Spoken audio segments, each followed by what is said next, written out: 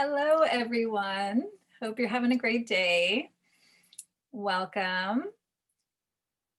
My name is Casey Garrett. If you're meeting me for the first time, I'm the founder of Solstice Mind and Body Studio. We're a healing art studio in Northern California.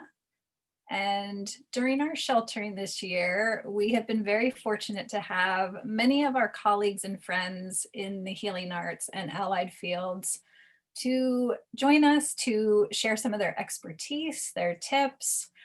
This has been a really challenging year, mentally, emotionally, spiritually. So everyone has been really gracious and generous to come share some tips and advice to kind of help us move through this challenging time. So welcome. If this is your first time participating in a webinar here, there is a Q&A chat feature that you can feel free to chime in with any questions you have. We'll leave some time for a live Q&A with Ulrika at the end of the session. So if you think of anything during, please go ahead and just pop that into the Q&A or the chat, and I'll keep an eye on that and weave it into our conversation. So today I'm so excited. This is such a timely topic to have Ulrika Brattemark with us. She is a time management coach.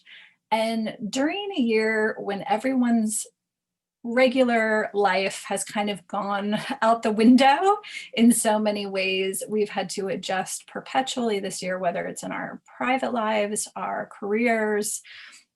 We've really had to become adaptable and really determine a new kind of flow to our lives. So time and the way we view time and envision and create our time in our lives is so important right now. And we're in the midst of a big shift in terms of the preciousness of our time. It's one of the most precious gifts in our lives. So very grateful to have Ulrika here with us today. I thought we could start off by having Ulrika talk a little bit about her background and her unique view on time management. Hi everyone. Thanks, Casey. Yes, so my background is actually from a couple of decades in corporate, in software industry, where my career sort of ended up. And then after some time trying to figure out what I really wanted to do with my life, I got my education as a coach and jumped ship, so to speak, to start my own company. And I have since then become a time management coach. And I leverage some of the processes and practices from software development actually in my time management approach. So, about being agile, planning often, really looking back and learning as you go and adapting. So that's sort of components of my time management approach. But I think also, like I mentioned just before we started here, that I like to think of myself, or I introduce myself as the time management coach who does not believe you can manage time. And because I think, yes, time, it's sort of there. We all get the 24 hours a day. And I think it's better if we direct our attention to how can we relate to time, and how can we make time feel rich and really meaningful. So that's always my focus, to figure out what matters to you, really, and how can you honor that and plan your time and spend your time doing those things. So I think that's how you end up living a rich life. And it takes a lot of responsibility and some discipline, but it's all worth it in my book. Beautiful. Well, my first question for you is about, you have a beautiful background in that you can speak to a corporate job and lifestyle, as well as an entrepreneurial, founder, self-employed lifestyle. And so a lot of people are shifting between those, states of being right now. And so can you speak at all to if you've been someone who is used to a very structured, highly structured corporate type job and you're moving into what a lot of us have had to embrace over the last 9 months is a more freestyling, create your schedule as you go, some tips to help that transition. Yes. I think when I think back of my own transition, like from the corporate into being my own, there were like a few things that surprised me actually. One of them being just the amount of freedom that I would have, and little things, even like setting up my office. I could set it up in whatever way I wanted. I could have like a big armchair. I could have my space for my yoga mat in the middle of the floor, or because I was used to cubicle. This is how an office looks. So there's kind of some fun, surprising openings. And really, kind of what I want to say with that is uh, think about what matters to you. Like, what is your best environment? And you can set that up. So there's a lot, even more freedom than I kind of thought about, because I had thought about the time freedom, the scheduling freedom, the projects I take on kind of freedom, and then there's even more. And kind of to your point then, when everything becomes something I can choose, but it also makes me responsible to make those choices, it can be a lot to grasp. So I do think that whether we have a job to go to where we have certain tasks or whatever, or not, we have to set up some kind of structure for ourselves. Like there's almost like this idea, like if you have structure, you can have lots of freedom within the structure. But if you have no structure, it becomes like it's sort of all over the place and too organic, floaty, that it's not held. So some structure for yourself is Absolutely, yeah. absolutely. That was my next question, and I've seen this in so many people. It's a funny human quirk, I think, is when we have endless time, we don't get anything done. And when we have a lot going on, we somehow seem to be a lot more productive because of that finite time. So, Mhm. is what you're saying, like recommending you create your own schedule. If your schedule is not going to be created for you, go ahead and take the time each day or weekly. How do you Yeah. suggest people go about creating that structure for themselves? Yeah, so that's a great question because I think it's super individual. And I think what I would recommend is create a structure that seems like this would work for me. Like which part of the day, when do I want to work? When is my best time to do the work that I need to do? What amount of kind of rigidity and discipline do I need to get the kind of least favorite tasks done as well, not only do the fun things? And then really make it an experiment. Like try that for a couple of weeks or a week or a day even and say, how did that go? Oh, if I didn't have something more rigid or structured around this piece, I didn't end up doing it. Or when I had to do this more creative kind of task, maybe I felt locked in by too much rigidity. I need to find a different environment maybe to do that in. Or so this sort of points actually to one of when I say you can't manage time, but you can manage other things, your energy is one of them.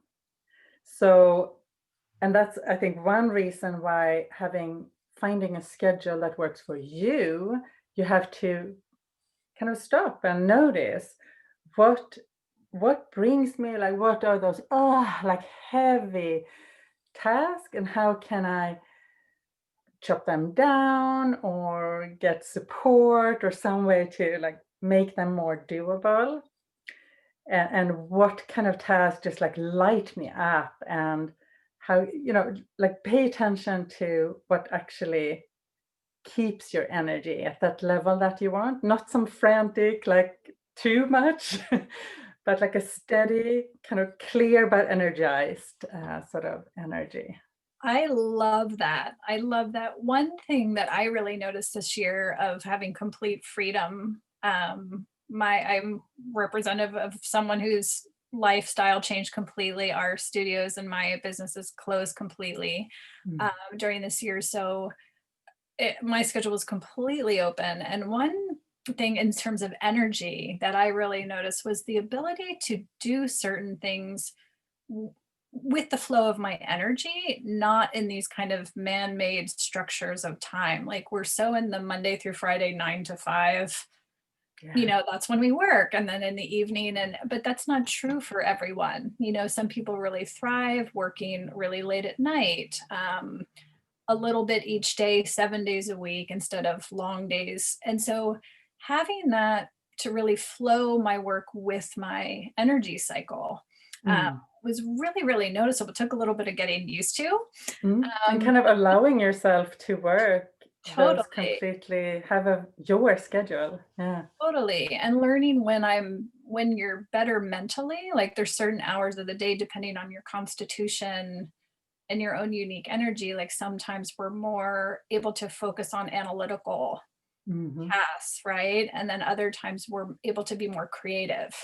Yeah. So I've learned like when I'm writing and doing creative things that are coming more from my heart and my soul, first thing in the morning tends Mm-hmm. to be for me versus if I try to write that way at night. It's so just, Uh-huh. yeah, that really resonates to kind of work with your own unique energy. Yeah. Yeah. And I think different kinds of tasks or things you take on as well. Like I noticed that some things I want to give it a big chunk of time Mhm. because, like, and usually for me, that's more the creative kind of tasks. Because when I get into it and I want to stay there. And then maybe some other tasks that are more like I just want to like get them done. I like to chunk that down more because it's easier to get through something that's maybe not quite as exciting to Mhm. take on. Yeah. Mhm. Totally, totally. Can you speak a little bit to the difference between being productive and being busy? Hmm. Yeah. Mhm. So I mean, in some ways they could be the same. If because I think if you're being productive, like super productive on things that don't matter so much, it's kind of almost the same as being busy. Yes, sadly, yes. So, but I think that when you can uh, be reflective enough to know that the things you're taking on, the projects, the tasks, the things you actually decide to spend your time on, that you know why they are meaningful to you, and then you get productive and actually create and achieve along that line towards something that you know really matters to you. Like Mhm. that's the kind of productivity that I would want to strive for, and that has like another value to it. It's not just about getting stuff done. Like who cares if this thing is done or not? Like if it's not meaningful for me or for someone else or for the world, why would I spend my time on it? Absolutely, Mm. absolutely. Another thing that really helped me, and I wondered if you knew any other tricks to suggest to people, was writing things down. And I've always been a big list maker, but I noticed the more time I had was to really simplify. And I would write down if I had 3 important things I wanted to complete each day. Like Mhm. that's not that many in a whole day. And some of them would be short and some of them would take longer. But I found that just really distilling it down to just a few items Mm. was really, really helpful. And I was much more likely to get those things done, especially when they were like the not fun things to get done. Yeah, So other absolutely. than that, do you have suggestions? Mm-hmm. Yes, I actually, so one of the ways when I think when we have like too many things going on, so many priorities, it's sort of and this and that, and maybe, we're these days homeschooling and working and whatever, like everything sort of piled on top of each other. I actually think it's really important to get everything out of your head. Get all those, oh, I must not forget, and to-dos in all these different categories, get them down on paper. Mhm. Because we can't hold it all in our head, and that takes a lot of energy. Actually, talk about another energy management. If we're trying to keep track of everything in our head, that takes a lot of energy. So get them out of your head, and I have a specific kind of process for that, but in essence, write everything down and then parse it out into when do you actually need to complete each of these things.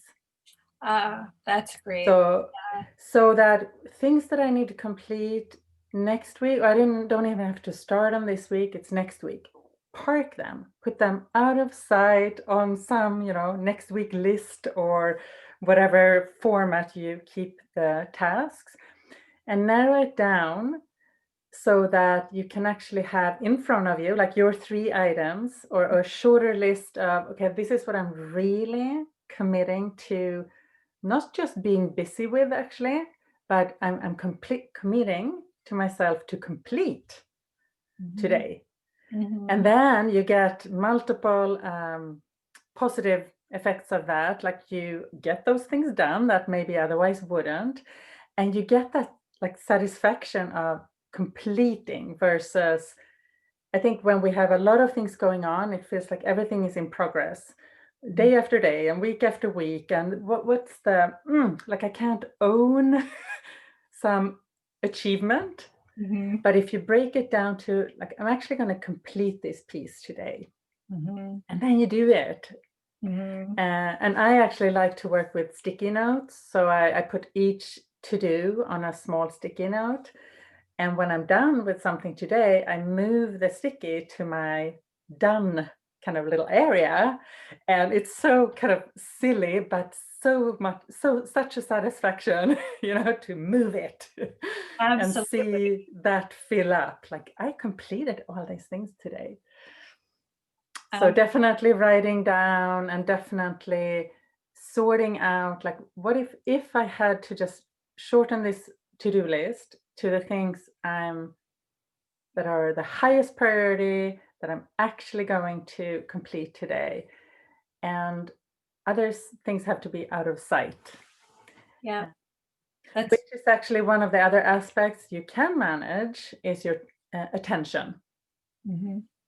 So attention management and what you would normally think of as time management are extremely closely related, Yes. because what you put, if you take things out, distractions, other to-dos, then you can use your time effectively in this moment because your attention is right there. No multitasking, no distractions, and you can focus on the task at hand. Beautiful. Well, that leads right into my next question, which is It almost seems like we planned this. yeah. Yeah. Um, so my next question to do with what I found once I started making kind of my 3 priorities for the day ahead of time, it really shifted it shifted me into proactivity versus reactivity in terms of my attention. Because what I found before is like there's so many, whether it's people asking you for things or over here. And before that, I would get really distracted and be like, oh, I meant to do this, but I am going to reply to this email. And that would launch me into this whole other thing. And yes, like honing my attention was kind of a happy side effect of having the 3 simplified priorities, because it was like, well, I'm not going to do this until this is complete because this Mhm. was how I structured things for myself. So the next question is, with so many things that can be distracting and vie for our attention, especially this year when it was like every day in the news was like a new something, Mm. really difficult to ignore, really difficult to not stay engaged. So, do you have any tips and tricks, whether it's like spending less time, chunking your social media time, or to help assist you in keeping your attention and focus on where it should be? Mhm. Mhm. Well, one way that for myself and for my clients, I like to really start by getting really clear on our intentions. So, how do I want to live my life even? Like that's sort of a huge intention. Like what's the important, qualities or aspects of how I want to live my life? So, I mean, that's sort of like really big picture, but if you link that down then to how I'm on a daily level interacting with social media, for example, and I can, like, I want to live my life, I want to be kind of aware of what's going on enough, but I don't want to dwell in and get stuck in things that if I can't do anything about it, I want to like let that go and do what I can do instead. Right. So like for me, that's one way. That's how I deal with like too much like news or too much of that kind of stuff because that's something like I value is like, does it serve something bigger that's important to me to spend time on this right now or not? It doesn't make, I go down these rabbit holes and I get stuck on scrolling and whatever sometimes, but at least as soon as I catch myself, it's like, ugh, what am I doing here? It's like, no, put it away. So like it's kind of we're pulled there, I think, because we kind of want to know what's going on. But as soon as I notice what that does to my energy, what that does to me, I try to just let it go as quickly as I can. Um, so I don't know if that helps, but that's kind of I my love approach that. to I that. think Yeah. coming back, starting your day with intention is one of the most powerful practices that we can do. It really, Mm. makes it clear for us how we want to spend our time and Yeah. invest our time. Yeah. Yeah, absolutely.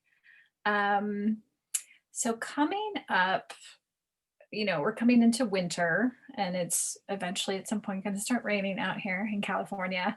Yeah, we In the hope. rest of the country, yes, in the rest of the country, it's already quite cold. And so with the shorter days, we have less outlets for kind of outdoor activity and being in nature. Um, so one thing I would love for you to speak to a little bit is creating time for things that bring you joy and Mm. uplift, to help manage this season. We're probably going to be back indoors a lot again and sheltering. We're still not going to be able to touch and love our friends and our loved ones again. So my hunch is that if people put in the time and have the intention of kind of building joy, peace, uplift, laughter intentionally into their day, it will go a long way to kind of help everybody through this next season. Yeah, yeah, absolutely. And I think there is kind of a parallel with this setting intention or getting really clear on what do you value in the big picture, and then find small ways to nurture that. Yes. So even if you live in a place where the weather it's cold, it's not really outdoorsy time, um, but something you appreciate about maybe being in nature, if you get clear for yourself, what is it about being in nature, or what is it about that nurtures me, maybe you can find a small way to still do that. And maybe it's indoors, or like you were saying too, about meeting the people we love, and we're going to be more restricted, than we normally are this time of year.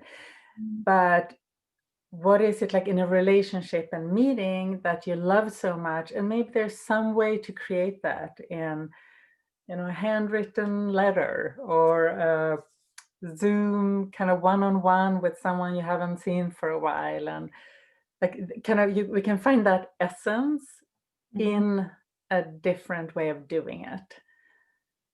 So I think we need to get creative, which is kind of fun, but it's like the circumstances are not so fun, but we can take it as an invitation to get creative. Absolutely. You and I were talking a little bit about that earlier, about how, doing new things and being uncomfortable, but then you move into this new phase where you're getting out of it what you intended to, but sometimes it takes a little discomfort along the way. And we were using the example of when we had to move from in person to all virtual and online. Our yoga teachers were one, and they were not, a lot of them are very introverted and they're not used to being on camera for sure and teaching to an iPhone. It was very uncomfortable, but the greater purpose of their intent was to stay connected and serve and care for people. And that kind of carried them through being very uncomfortable at first. Yeah. And now it's like they're pros at it. You would know. So yeah. being And creative. that kind of gift of being thrown into the deep end, so to speak, on something, because this is just the way it is now. And now they've gained those skills. That's Totally. cool. Yeah. Totally. So my next question is, I know something close to your heart, is accountability. So when it comes to time management and, focusing and being productive on things that are really meaningful to us, that will going to move our lives forward in a substantial way, whether it's our spiritual practice or staying in shape, our nutrition and what we're feeding ourselves. Having an accountability buddy or group or practice can be really helpful. Plus, it has the added bonus of helping you stay in touch, with other people in an intimate way. So, can you speak a little bit if you have suggestions on, establishing an accountability buddy or a group? Can you speak to that, Yeah. the power in that a bit? Yeah, there is a lot of power in that. And I especially think if you're kind of solopreneur, like working by yourself, then, we need some other people, in our lives in different ways. But when we have an accountability partner, that is, I think of it as an accountability ally, which, like, if you can really have someone they are totally there, right next to you, hand on your back, and want you to be successful in reaching your goals. And you have the kind of support and mutual support to really see each other, really want the best for each other. And yeah, you can just like get over some really big obstacles or do these difficult things if you have that. I mean, probably probably kind of obvious, but when you speak something, even just that, like, you can have a goal for yourself, you can write it down, which is already better. You can speak it to someone else, which make it even more likely that you're going to carry through on this promise. If you have an accountability appointment where you actually need to come back and say, hey, how did that go? You are like 85% chance likelihood of achieving it versus only like 25% or something if you just kind of think it to yourself. Wow. So there are studies like Harvard Business School studies to show that. So there really is a lot of value in sharing your plans with someone, and really this like having to come back and not to get like the stick to like, did you do what you said you were going to do? But in a loving way to say, what are you learning? Like, how did I go? And now that you've had that experience, whether it was sort of successful or not, Mhm. what's next? And keep moving with that kind of support. I Mhm. think we can really go places. Absolutely. I love that. That's fascinating. But the difference is that much. Um, my next question is for people who are on the other end of the spectrum than maybe we began with. So for some people, being sheltering this year has shifted things where they have a lot more space. Other Mm. people, they have less space than ever because on top of their corporate job, now they're doing that from home, being a full-time parent, trying to homeschool. So there's a lot of people out there that are on the other end of the spectrum where the little free time that they used to have is gone. Mhm. So they're having to recalibrate their lives and make space and manage time in a new way with less time. Do you have Mm. any tips for your clients that are in that boat? Yeah, I do. And so actually we're like happen to touch on the three different things that I think you can manage. So if you can't manage time, but you can manage your attention, you can manage energy, and then the third one is that you can manage expectations. So I think a big one, especially when we're in these different roles, like we're maybe the corporate employee working from home, and with a mother, and with her spouse, and we're on all these different roles, and they all get kind of piled on top of each other, or somehow expectations collide, like we can't be in two places at the same time, kind of thing. I Again, with most of these things, it's about stopping. Like as soon as you notice that, like, ooh, this is not kind of going in the right direction, stop long enough to reflect, like, what's my energy? What's happening with my energy? Where's my attention? What expectations are kind of colliding, or what am I expecting of myself even Mhm. in this scenario?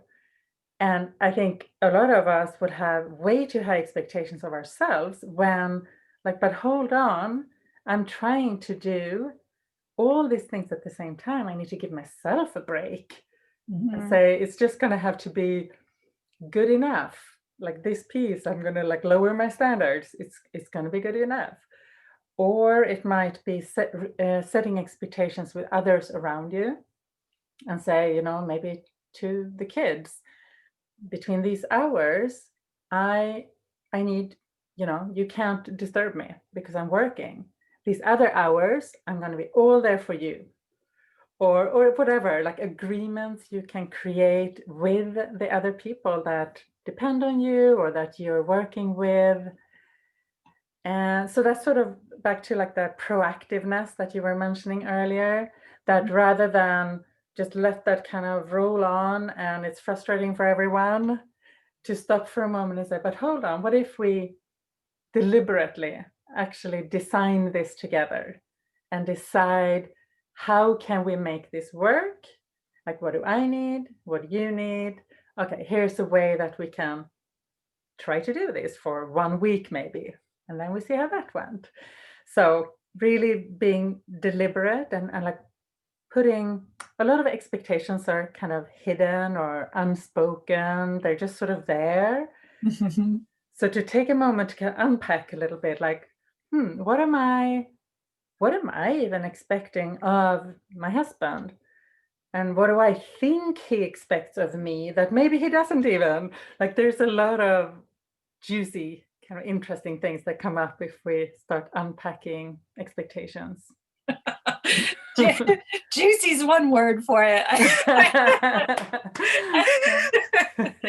I've heard that from a lot of people and our clients this year is, as time shifts and lifestyle and expectation. So a lot of couples are spending a lot more time together. People are spent families and children. And so I love that. Like taking the time to really get clear on your intention and your own expectations and then communicate, like being brave enough to communicate that to Yeah, it people takes love courage. life. Yeah, Yeah. it's But I think also like a way to bring something like this up is like in a way we have a gift now that is things are different. mhm, So like there is a good reason to say now that we're in this situation, let's talk a little bit about like how do we actually work this out? How do we make this work for both of us or all of us? love Mm. that. That is definitely a juicy one up for a lot of people this year. One thing that comes up a lot and has always, but it's really become pronounced this year is self-care. And it's something we in our world in the healing arts, we're constantly trying to give people the encouragement and permission to carve out time every day for self-care and how important that is. It's Mm. not an indulgence. It's not something to feel guilty about. And valuing yourself enough to invest the time, but also resources in your self-care Mhm. that will pay off. So can you speak to that? Because that's something that, especially for women, it's really, really a tough one. There's always so many things pulling at our attention. And so to take the hour to meditate or to Mm. do yoga or to go for a hike alone, a lot of women have a really hard time, or think that they're sacrificing uh, Mm. other things for Mhm. themselves. So when you work with people, how do you work with that? Yeah. So if when I think of like why do I do self-care is Mhm. because I I like to think and I believe it's true that if I take care of myself, I'm going to be a better mother. If I take care of myself, I'm going to be a better wife, a better friend. It's kind of an investment in all these other relationships and all these other things I want to do. If I take care of myself physically, I'm going to be capable of doing some cool things in my life. Mhm. So there's sort of this connecting of the little things we do. So carving out that time to even just like I like to sit on my like doorstep at the back of the house with my cup of coffee in the morning and just have my coffee. Like Mhm. no, I should also try to get something done or whatever. And just if it's sunny, just let the sun like just take it in. And I do those little things because that sets me up to do the big things that are actually really important. So again, like kind of the little connected to like, why would I bother? Like, why is this actually important? So I read something recently. It's sort of a quote that I try to live by now, and it says that I plan no, I wish to live to 100. No, I plan to live to 100, and I'm gonna live every day as if I will. Mhm. Mhm. Which I just I love that kind of like big like I'm gonna live long, but I need to live today in a way that I'm gonna stay strong and I'm gonna stay healthy and clear in my mind and all that.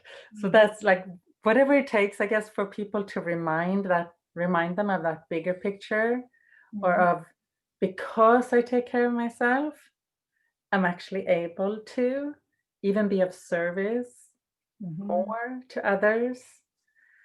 Um, yeah, there's nothing new in that, I think, but like just keep remembering like it's not just a selfish thing. It's really Mhm. it can be that like I can do it just because it's yummy or I want it for myself. Yeah. But then by the way, that improve Yeah. all these other ways you're showing up? Totally, totally. I mean, I think part of what has inspired me to do that more is seeing other people do it. Mm. So it's been very powerful, especially other women who get a lot done. Like they have a lot of responsibility, but I see them taking the time to Yes. take care of themselves So I think we can do a lot by showing people, by embodying that, and also empowering others, encouraging other people to take the time Yeah, versus, guilting or yeah, people to take time off and time away or time alone. I think yes. a lot of people don't get enough time alone, that Mm. it's viewed as selfish to take time by yourself. But as you said, you can come back better and stronger, Mhm. everything and everyone else in your life when you are full and whole. Yeah, and talk about setting an example too. So if you're a mother, to set that example for your children that it's okay and it's good even to take time to take care of yourself. Like what a beautiful example to set. So if only for that reason, you know, Mhm. to show an example to your children. Mhm. Mm. Beautiful. I have so many questions. I'm going to take a question from one of the participants. So, someone is asking about your morning routine. Do Mhm. you have a regular morning routine that you do? That's a great question. Yeah, it is a great question. And I can share my morning routine, which is not very, I don't do meditation or yoga or anything super specific, but I write. So Mm, my morning is I get my cup of coffee, like I mentioned earlier. If it's sunny, I sit out in the sun, maybe 5 minutes, but I just like arrive mhm, right there. I love my morning cup of coffee, so that's a great start for me. And then I get on my computer actually. So I type on my computer, but I write for 20 minutes, half an hour. And it's a bit of stream of consciousness, just like let whatever seems to be wanting to form or come out.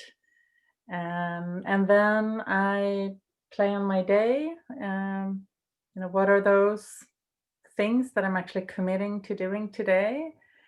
And is there anything I need to, I look at my three, so where am I going to put my attention today?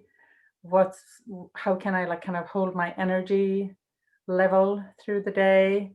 And are there any expectations I need to manage with myself or others? So I kind of check in on that. And then I pretty much dive in and do the things I committed to doing. that's fantastic. That's fantastic. So, in terms of routines and rituals, I find them very, very helpful in my own life for sure to create structure, especially on those weeks when there's a lot lacking in that department.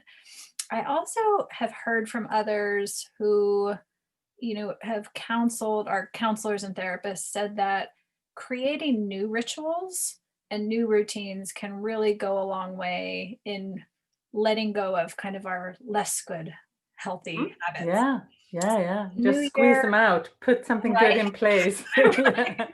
Mhm. So it's not that way, your attention is not just on, oh, denial or sacrifice, or I can't have this, or I can't drink this, or I can't engage in this behavior anymore, but actually replacing it with new rituals and new routines. Yeah. So I wondered, with, we have a new year around the corner and a lot of people are going to be ready to set up some newness and freshness in their lives. So can you speak a little bit to that, to routines and rituals? Yeah. Hmm. I do too think that there can be a really strong part of the structure. And I guess the first thing that comes to mind is to actually build. So if you have a good or something that's already a Mhm, ritual or mhm, a habit, and then attach something else to it, like just as a way to, it's easier to kind of like ride along. So like if you have a morning routine, I don't know, maybe with my morning coffee on my doorstep, I want to like also take 5 minutes and just sit and meditate or something. Like if I attach it there, it's easier to have that kind of come along without as much effort mhm. compared to forging like a brand new path. Yes. Um, And then I feel like I'm kind of repeating myself, but I think the essence of a lot of this is have the bigger goals. Like if you can be really tapped into why am I going after this big thing? So, Mhm. I mean, if you want to get healthier, if you want to have more of a physical kind of exercise routine, get in touch with like when I'm that fit, capable, flexible, whatever it means to you, then why is that important? Because and then find like, if I'm going to implement that as my, weekly or daily practice, have a way to then say, okay, I'm getting stronger. I am, opening up my body. I'm becoming more capable. Like I'm doing that right now, Mhm. the thing that I kind of want. Mhm. So like again, like kind of connecting it to like why would I do this again? Like it's Mhm. not because yeah, they say you're supposed to exercise 3 times a week, so I guess I should. But no, but what difference will it make? Like why does it matter to me Mhm. as a juice again? Like add that kind of energy or aspiration to it. Absolutely. Well, that perfectly sets up my last question. If you guys have more questions, please add them to the Q&A. So I love your approach of re-envisioning time. And that's really what it's about, not managing time per se. Mhm. So a lot of us are letting go of old systems, old structures, ways of doing things and starting to question like Monday through Friday, 9 to 5, why? Or, we get 2 weeks off a year, why? Or we don't do anything from Friday night until Sunday. So these fixed, rigid ideas of the way we need to live or way we need to be. Um, I just wondered if you have any thoughts or suggestions around that, just letting go. I think your point of setting intentions and expectation, like getting clear on your expectations, is probably Mm. one of the important pieces of that. But it's a really hard shift for people when, for centuries we've been wired. This is the way we do things. Yeah. We're starting to ask, well, what, like, who does that serve? Is it Yes. me? So if Exactly. you could elaborate a little bit on kind of re-envisioning and creating our lives rather than living this like rigid structured existence. Hmm. So one of my inner team, I have these different personalities in my inner team. One of them is Pippi Longstocking. Okay. And I don't know if you're familiar with her, but it's the children's story. And she is doing things whatever way makes sense to her. She dares to question, well, why should you sleep with your head on the pillow if you want to, you can sleep with your feet on the pillow, like that kind of thing. So I don't know. It's just uh, an energy kind of that I want to tap into. And maybe it's mischievous in some ways, but like, why? Like, even especially those things that we just take for granted that, well, that's just the way it is. That's the way we've always done them. And you're sort of not supposed to question them. To dare to do that anyway. And I mean, I think we can do it with a bit of a playful attitude, like, well, why really though? And what if we shifted it a little bit? What might happen? Or what are we afraid would happen? Or like kind of dare to,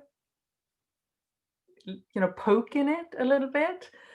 So, I mean, that's just that excites me. Mhm. And I think, maybe not every situation is going to kind of call for that. But when we feel like something is a little outdated or too rigid, or why did we start doing this again? And I'm sure there was a good reason to start doing it at some point. But right now, though, is this actually serving us? So, I mean, that's how you put it too, which, like, I think that's a key question. Like, is this serving me? Like, what am I trying to achieve with doing it this way. And Mhm. maybe it's time to experiment and see if something else. What would happen if?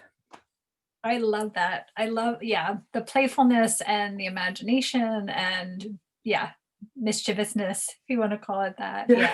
Yeah. I mean, what I have found is when you give yourself permission to experiment a little bit, oftentimes the rest of your day and kind of the stuff that you weren't so looking forward to goes much better when you do give yourself the permission. As you use an example, like to be able to go break for lunch and go instead of staying in for like going to the beach Mhm. and running and playing with my dog for an hour on the beach in the middle of the Mm. day, like that kind of takes your head to like, oh, I should be working and this is a work day and it's Wednesday Yeah. and but then when you come back from that hour, I'm able, because I feel so full and so good and whole, I'm then able to do much more and bring much more heart and spirit to everything else I'm going to do the rest of that night. So, Yeah. yeah. And sometimes we do our best work or get the best ideas when it doesn't look like we're working. Yes. So that's also like this preconceived idea that you have to sit at a desk at your computer. Is that, or like what's working even? Like Mhm. how does work look? Which is another like, well, depends what you're trying to create. Maybe it can look completely different than what you sort of have as the old picture. Mhm. Absolutely. Absolutely. So if people want to get in touch with you and work with you, can you talk a little bit about what you have coming up in terms of any group offerings or one-on-one, what it's like to work with you? Yeah, absolutely. So the two main ways I would say coming up is to work one-on-one with me, which would mean that I share like my structure with you as a starting point for you to experiment from. Mhm. And we work together over 7 weeks to actually adapt that, make it fit to you and work for you. Another way is the pilot group. Actually, I'm starting in the middle of January. I am gathering with a small group of solopreneur women who all they have a core value of contribution. So we want to do something good in the world, and we're going to gather over 6 weeks and be each other's aspirational accountability allies. So that's one way that we could potentially work together. But to find me, to be in touch, I think one of the best ways is actually through LinkedIn. So you can find me on LinkedIn, send me a connection request, or follow me if you don't want to connect. I would love to connect. Just say that we met here. And I post new videos regularly on LinkedIn and on my YouTube channel, which is my YouTube channel is Coach Ulrika. So those are a couple of different ways. Beautiful. Thank you so much for being with us. As we Oh, know, this thank you is for the such a opportunity. beautiful topic right now, both for this year and with the new year just around the corner, re-envisioning our schedules, our lives, our purpose. It's Hmm. perfect timing. So thank you so much.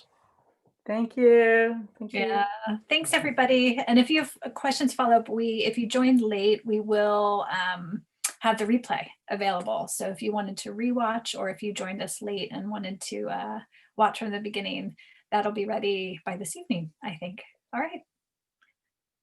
All right. Thanks. Thanks. Bye everybody.